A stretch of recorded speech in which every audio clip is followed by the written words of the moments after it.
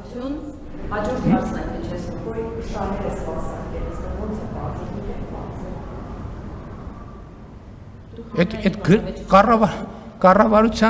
Կառավարության դիրքորոշմանը հակասող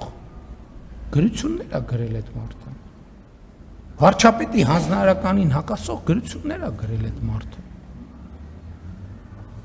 Դու արձակ դիրավական գնահատականի, հետո գնացել է հայտնվել Եռագլուխ կուսակցության պոչի ցուցակի մեջ։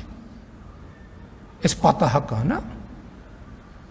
Այդ տենց պատահական, հա տենց ստացվեց։ Հետո պարզվեց Եռագլուխ կուսակցության պոչը ինչ որ տեղերից ֆինանսավորում է ստանում։ Այդ պատահականությունը ոչ մեկ չի հետաքննի դա։ Նույնիսկ պետական մարմինները։ Եվ հետաքրքիր է, իրոք ես պատասխան եմ ակնկալում կոռուպցիայի կանխարգելման հանձնաժողովը այս կոնկրետ դեպքով զբաղվել է, թե չէ։ Մեր իրավապահները այս կոռուպցիայի մասին է առավոտից, դրանից ավելի լավ կոռուպցիա է ուզում։ Ինչի մենք այդ մարդուն որտեղ գործ ենք տվել, հաշիվ ենք վերցրել, փող ենք ուզել, կաշառք ենք ուզել, ծանոթով ընդունվել գործի։ Մյուսը ո՞րն էր։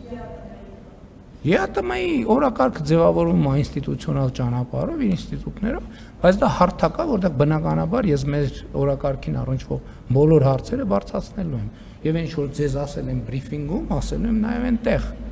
Իսկ ինչ եմ ասել ձեզ բրիֆինգում։ Ասել եմ, որ ԵԱՏՄ-ն կաթվածահար է, չի գործում ԵԱՏՄ-ն։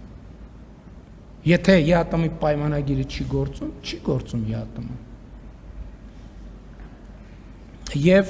ԵԱՏՄ-ն դե ֆակտո կաթվածահար վիճակում է եւ կաթվածահարությունը խորանալու միտումներ է ցուցաբերում։